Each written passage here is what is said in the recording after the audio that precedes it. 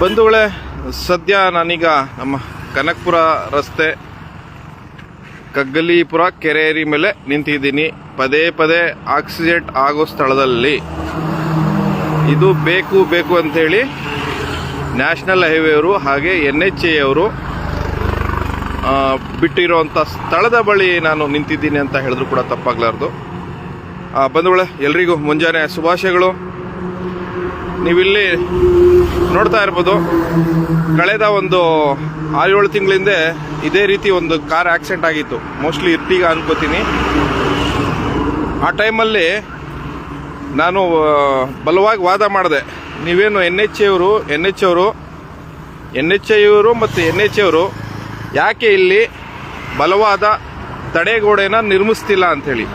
ಹಾಗೆ ಮತ್ತು NHAI ಅವ್ರಿಗೇನೋ contract ಸಿಕ್ಕಿದೆ, ಅವ್ರಿಗೂ ಕೂಡ ನಾನು ಬಲವಾಗಿ ವಾದ ಮಾಡಿದೆ. ಯಾಕೆ ನೀವು ಇಲ್ಲಿ ಕಾಂಕ್ರೀಟ್ ವಾಲ್ ನಿರ್ಮಿಸ್ತಾ ಇಲ್ಲ?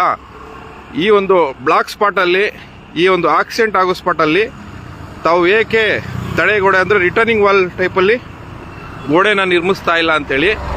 ಹಾಗಾಗಿ ಅವ್ರು ಹೇಳಿದ್ರು, ಸರ್ ಅದಕ್ಕೆ ಪ್ರಾವಿಷನ್ ಇಲ್ಲ, ಈ ಲೈನ್ ಏನು ಹಾಕ್ತಾ ಇದ್ದೀವಿ, ಈ ಬ್ಯಾರಿಕೇಡ್ ಏನು ಹಾಕಿದ್ದಾರೆ, ಸುಮ್ಮನೆ ತಾತ್ಕಾಲಿಕವಾಗಿ ಹಾಕಿರ್ತಕ್ಕಂಥ ಈ ಬ್ಯಾರಿಕೇಟು ಯಾವುದು ಇದು ಸ್ಕೂಟ್ರ್ ಹೋಗಿ ಗುದ್ದಿದ್ರು ಬಿದ್ದೋಗ್ಬಿಡುತ್ತೆ. ಅದೇ ಬ್ಯಾರಿಕೇಡ್ನ ಮತ್ತೆ ಅದ್ರ ಪಕ್ಕ ಇನ್ನೊಂದು ಲೈನ್ ಹಾಕ್ತೀನಿ ಅಂತೇಳಿ ತಪ್ಪಿಸ್ಕೊಂಡ್ರು. ಸೊ ಇಲ್ಲಿ ನೋಡಿದ್ರೆ ಮತ್ತೆ ಇನ್ನೊಂದು ಅಪಘಾತ. ಹುಂಡೈ ಕಂಪ್ನಿ ಕಾರು ನಂಬರ್ ಕಾಣಿಸ್ತಾ ಇಲ್ಲ. ಸೊ ನಿನ್ನೆ ರಾತ್ರಿ ಆಗಿದೆ ಅಂತ ಹೇಳ್ತಾ ಇದ್ದಾರೆ.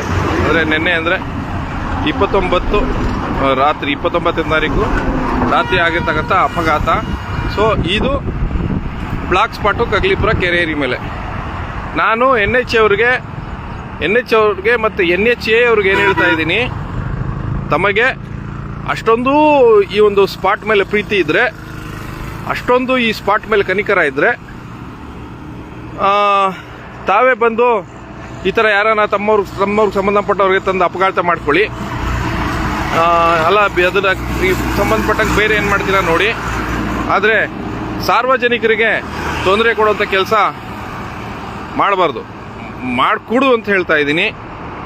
ನಿಮ್ಮ ಏನು ಬ್ಯಾರಿಕೇಟು ಈ ಸೀಟ್ ಹಾಕಿದ್ರಲ್ಲ ನೋಡಿ ಎಷ್ಟು ಮಜಬೂತಾಗಿದೆ.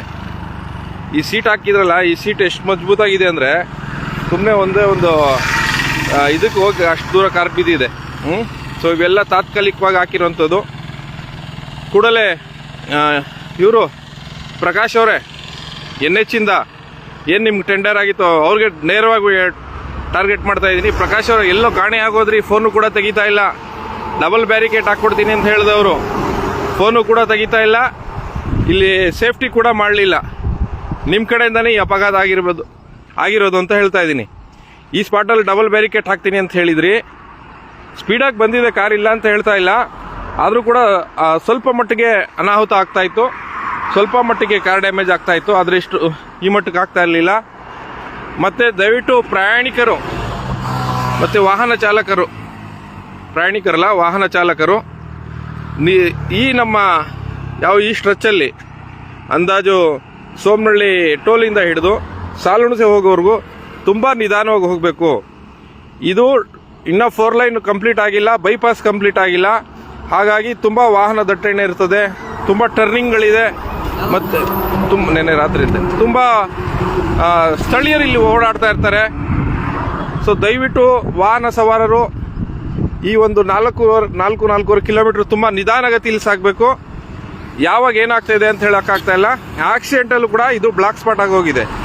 ಆಕ್ಸಿಡೆಂಟಲ್ಲೂ ಕೂಡ ಇದು ಬ್ಲಾಕ್ ಸ್ಪಾಟ್ ಆಗಿರೋದ್ರಿಂದ ಸ್ಥಳೀಯರಿಗೂ ಕೂಡ ತುಂಬ ತೊಂದರೆ ಆಗ್ತಾ ಇದೆ. ಹಾಗಾಗಿ ನಿಧಾನವಾಗಿ ಹೋಗಬೇಕು. ಇಲ್ಲಿ ಟರ್ನಿಂಗ್ ಇದೆ ಅಂತ ಕೂಡ ಕೆಲವು ಸೂಚನಾ ಫಲಕಗಳನ್ನು ಕೂಡ ಹಾಕುವಷ್ಟು ನೈತಿಕತೆ ಮಾನವೀಯತೆ ಸಂಬಂಧಪಟ್ಟ ಇಲಾಖೆಗಳು ಅವ್ರಿಗಿಲ್ಲ. ಅಥವಾ ಅಲ್ಲಿ ಒಂದೋ ಎರಡೋ ಈ ಕೆರೆ ಸ್ಟಾರ್ಟ್ ಆಗ್ತದೆ ಇರೋದಿಲ್ಲ, ಅಷ್ಟು ಕಾರ್ನಲ್ಲಿ ಒಂದೋ ಎರಡೋ ಹಂಸ ಹಾಕಿದ್ರು ಕೂಡ ಇಂಥ ಅಪಘಾತಗಳು ಕಮ್ಮಿ ಆಗ್ಬೋದು.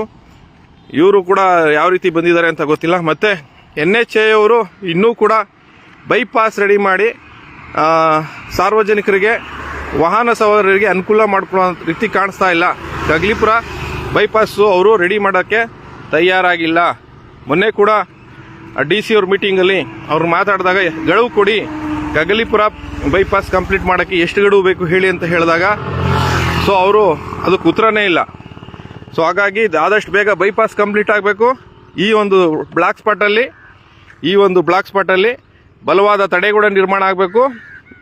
ಇಂಥ ದುರಂತಗಳು ಮುಂದೆ ಏನಾರ ಸಂಭವಿಸಿದ್ರೆ ನೇರವಾಗಿ ಸಂಬಂಧಪಟ್ಟ ಇಲಾಖೆಗಳಾದ NHAI, ಸಂಬಂಧಪಟ್ಟ ಪ್ರಾಧಿಕಾರದ NHAI ಮತ್ತು ಸಂಬಂಧಪಟ್ಟ ಇಲಾಖೆಯಾದ NH ಅವರು ಅದರಲ್ಲಿ ಕೆಲಸ ಮಾಡೋ ಅಧಿಕಾರಿಗಳೇ ನೇರವಾಗಿ ಹೊಣೆ ಆಗ್ತಾರೆ ಅಂತ ನಾನು ಈ ಸಲ ಹೇಳ್ತಾ ಇದ್ದೀನಿ. ಮತ್ತೆ ಇಂಥ ದುರಂತಗಳು ಸಂಭವಿಸಿದರೆ ನಾವು ಕೂಡ ಬೀದಿಗಿಳಿದು ಹೋರಾಟ ಮಾಡಬೇಕಾಗ್ತದೆ. ಎಚ್ಚರ ಇರಲಿ.